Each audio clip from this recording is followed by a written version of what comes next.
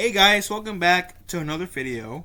In this video, we're going to talk about tips Game Rant is giving people when they're playing Kingdom Hearts the first game on Proud Mode.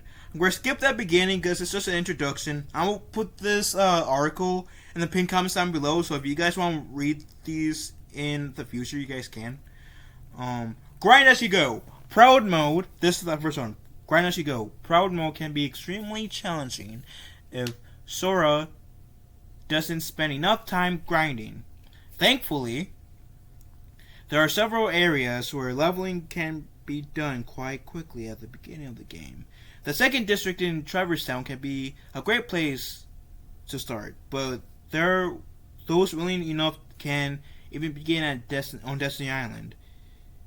The best way to grind on Destiny Island is to fight Tidus. Though his moves can be difficult to predict, deflecting them will award Sora with 2 tech points each. Using this battle to grind can be very beneficial to the player when Sora eventually leaves the island. Another way, I'll piggyback on this. Another way is to fight the Final Fantasy characters, Tidus being another one, Sophia's another one, Wakka's another one. You can fight them individually, and as you progress on the island, you're able to take them on 3-1. You're the 1 to the 3. That's a good way to fight level up as well. As well as fighting Riku.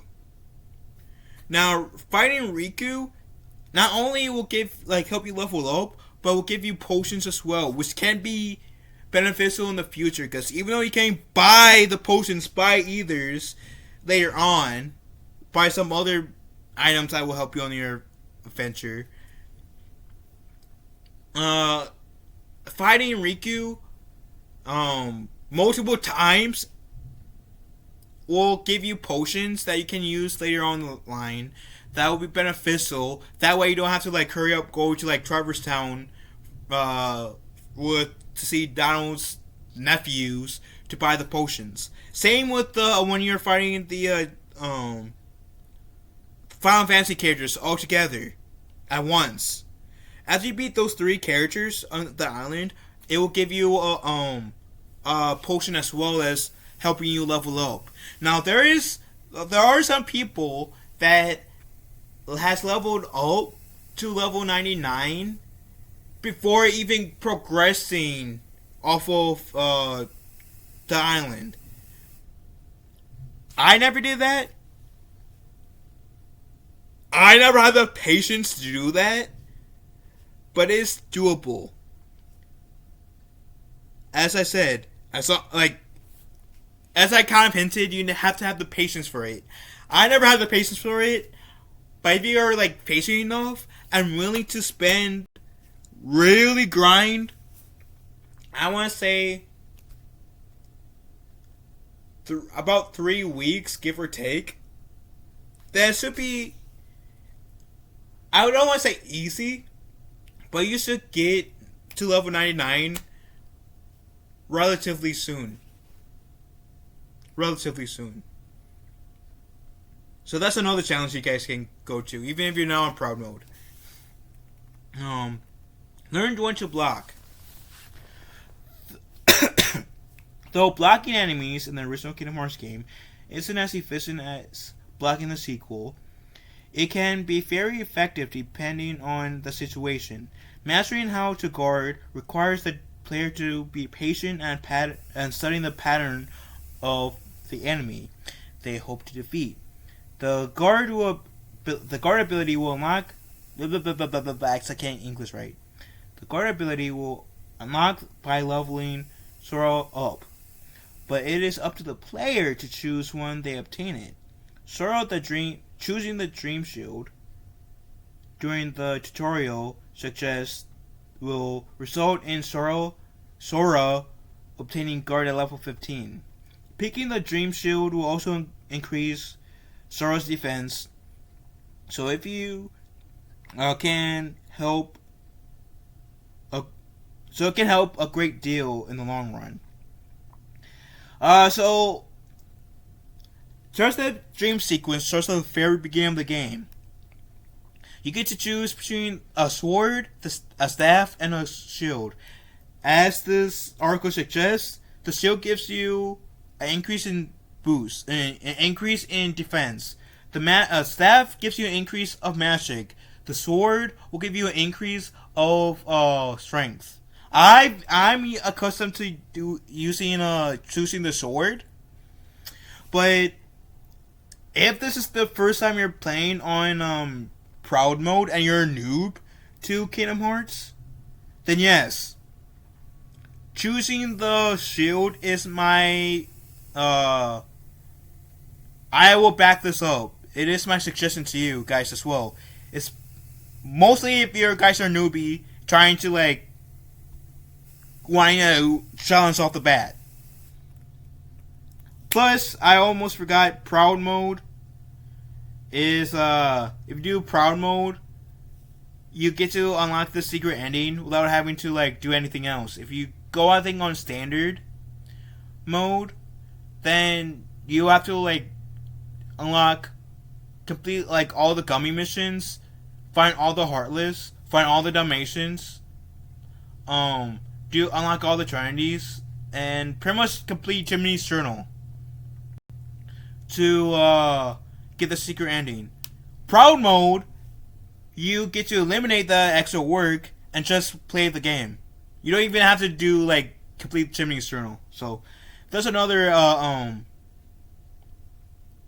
incentive to do the Proud Mode. Unless if you want to do all the complete Jiminy's Journal before unlocking the secret ending to Kingdom Hearts 1, then go for it. But yeah. Anyways, configure Donald's fighting style. Though Donald's unwillingness to heal Sora has become something of a meme in the Kingdom Hearts community, there's a way to change his approach to combat. To ensure he prioritizes healing above all else, the best thing to do is to select Customize in the pause menu. There, the player will get the option to select a different style for Donald. Donald will die a great deal throughout a Proud Mode playthrough. Donald will still die a lot, even in normal mode. Donald kind of sucks as a partner, to be honest, let's be real. Up until Kingdom Hearts 3. I feel like Kingdom Hearts 3, they toughened Donald up a bit. Anyways. So setting his style to defense can make a huge difference. So doing so will cause Donald to use health and item much more frequently than he did before. Now, that's a really good advice for if you're on Proud Mode. But if you're someone who isn't a fan of Donald, and this also applies to any other person in your party at the time, if you're not a fan with how many times Donald uses his magic or items, then go to the Customize menu and do the uses for magic and MP usage to only in emergencies. That way, you don't have to worry about Donald just spamming out his items and magic. So yeah, there's that. Get familiar with Strike Raid. You will go into a special relationship with Strike Raid. You will pretty much get married to Strike Raid. And I don't care what mode you're in. Strike Raid, when you get it, equip it. You will thank me, especially in the final boss, of the game. Because Strike Raid will help you out quite a bit. So pretty much get married to it. But let's actually read what they say. Yeah, this is really good. Strike Raid is arguably the most powerful ability in all the Kingdom Hearts. I can agree with this. Using it on mobile enemies can be quite challenging depending on how quick they are. But it can be extremely effective when used against something more stationary. Sora will obtain Strike Raid after beating the Pegasus Cup and will thus be able to use it for the remainder of the game. Sadly, it cannot be used while flying or while exploring Atlantica, but it can help a tremendous amount while traversing other worlds.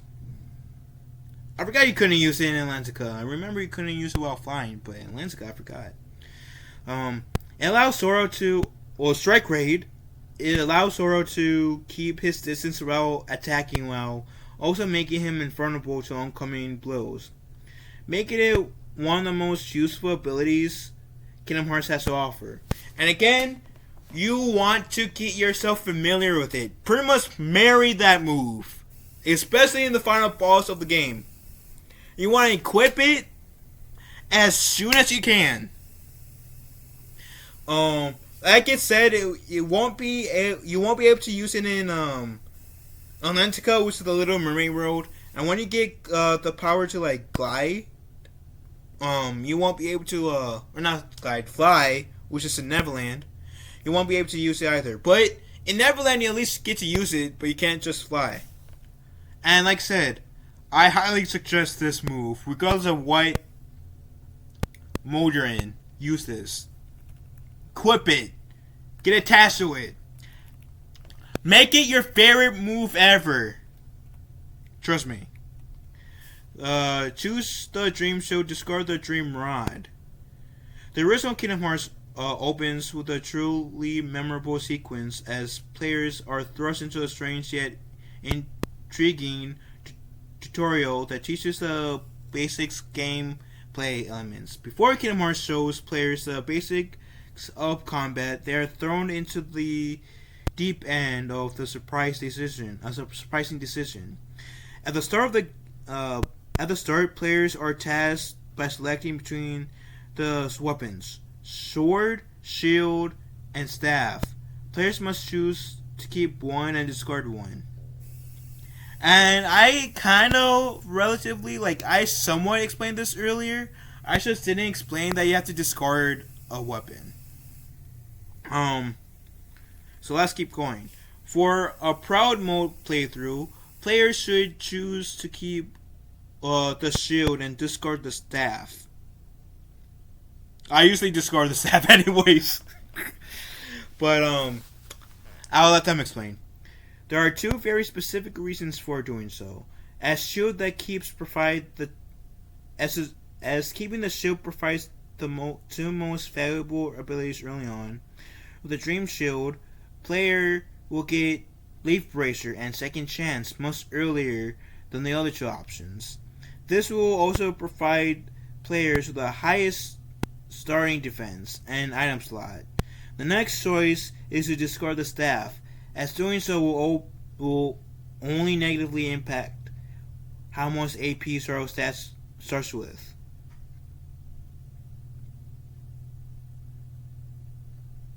So, okay, that's pretty interesting. I never knew that. I've been playing Kingdom Hearts for 20 years? So, yeah, that's new to me. With something very thankful I am reading this article about, because I'm even learning stuff 20 years later.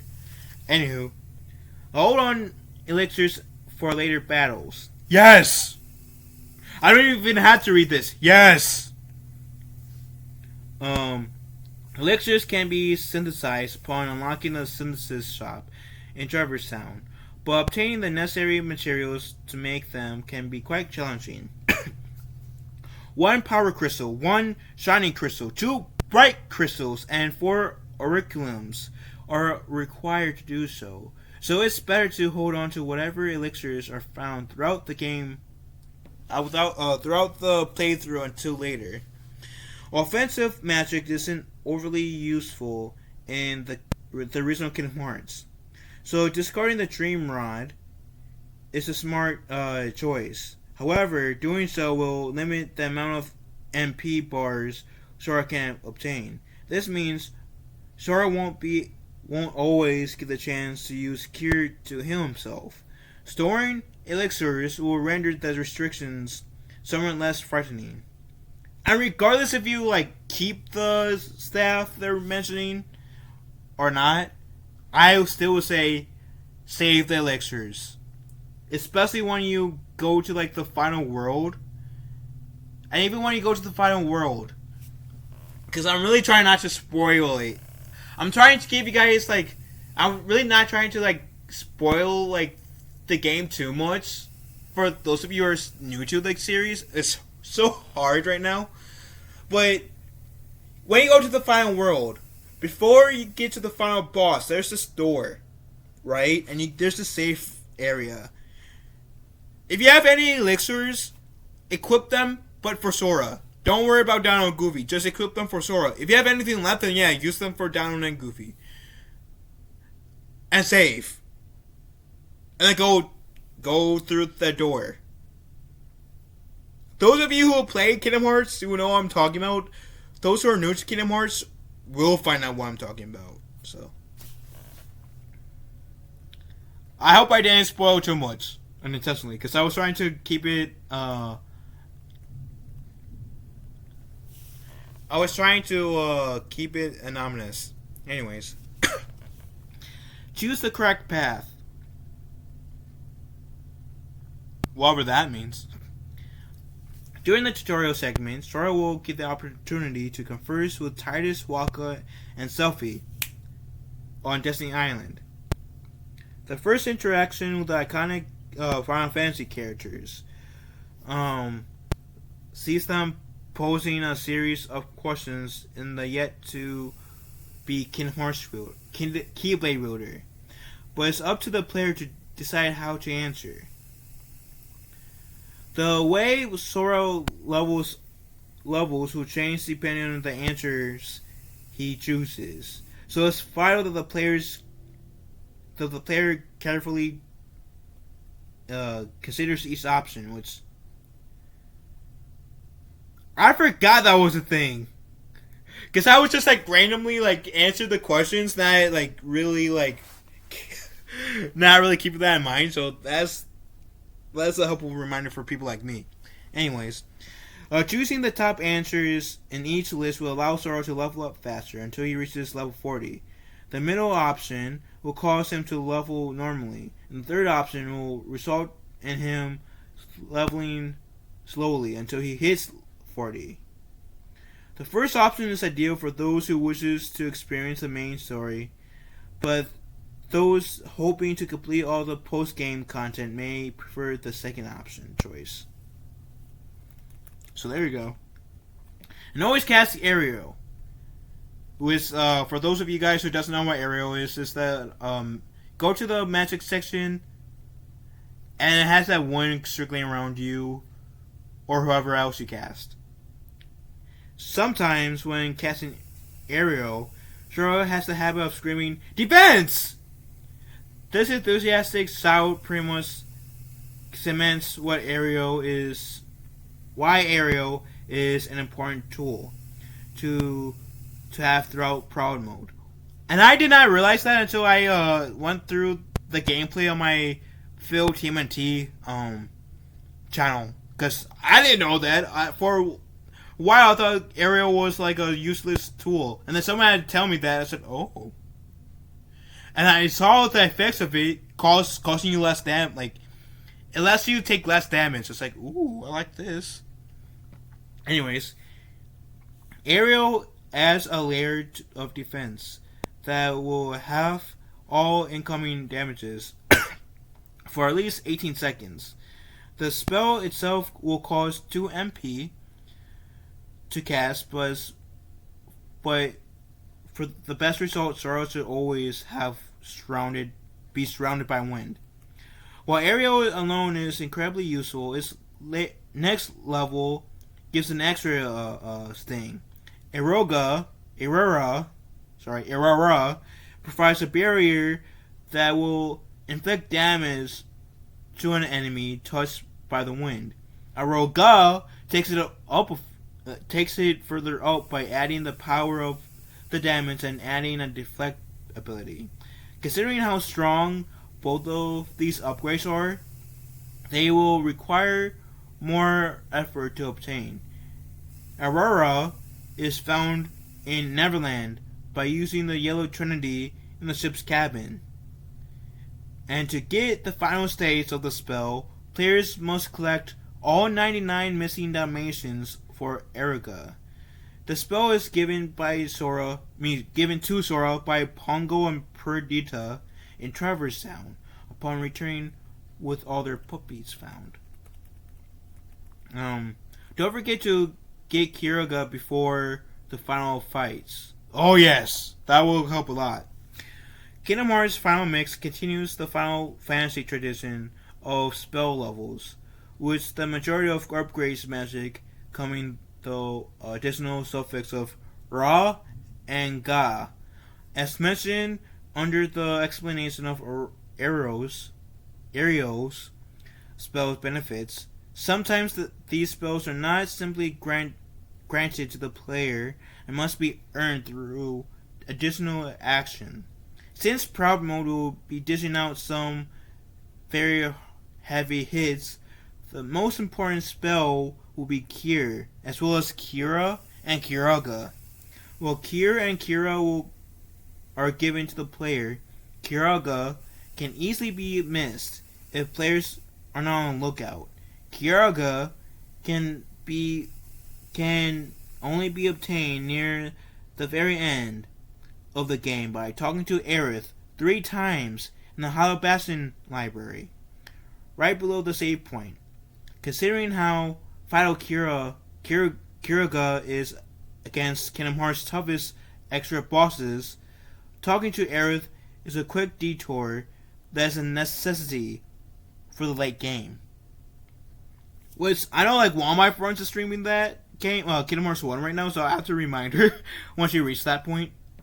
Don't rely on Donald or Goofy, but trust Tinkerbell. Yes! Because Tinkerbell constantly heals, which they will explain in this, and this looks like the last suggestion they give. It is a well-known joke within the Kingdom Hearts community that Donald is a terrible healer. Starting from the very first Kingdom Hearts game, Donald has always been overzealous in healing, and the worst of times. So since Donald is a pretty bad healer, and Goofy can't be trusted with items, it's always best to focus on Sora alone. Which is part of the reason why when I was mentioning the elixir bit, to have in Sora, and to have, if you have any more elixirs, give it to, Donald or Goofy, preferably Donald. Because even the people who's writing this gets where I was coming from with that. So thank you. So, don't worry about other party members, as most of the time they will be knocked out. Which also adds to what I was saying earlier a bit about it's okay to be selfish, hogging all the best items for yourselves, and if you have any more best items, then give it to Donald and Goofy or whoever else is in your party. That's it. Let's continue. On a special note for summons, Tinkerbell is one that will literally. Tinkerbell is one that will be a literal lifesaver late game. Unlike other summons, Tinkerbell doesn't require the removal of Donald or Goofy, but they must both be alive in order to summon her. She drops loads of health orbs and will resurrect Sora should he be taken out. It is only upon Sora's resurrection that she is removed from battle, or if the player opts to dismiss her. And she also has a time limit too. So if you don't die, after I want to say 2-3 minutes, she will just naturally go. Anyways, these are some major tips to make Proud Mode a bit easier for new Kingdom Hearts players. Well, there are other little tricks to combat. Kingdom Hearts allows a lot of experimentation when it comes to equipment and abilities. Making up specific finishers and combos is a great way to get into the game, and this is especially true when trying to beat the Emblem Heartless and extra bosses. That is true. Now, one more thing that I will also add to the really great advice that they give. Um, Bambi. Bambi is another two then. Bambi is another great summon to use. He doesn't kill you like Tinkerbell does, but he will give you like magic orbs. And what these like see-through orbs. And what these see-through orbs will do, it helps you regain your magic faster. Cause if you don't do that, then you have to like in battle like actually hit the Heartless or the bosses to regain your magic.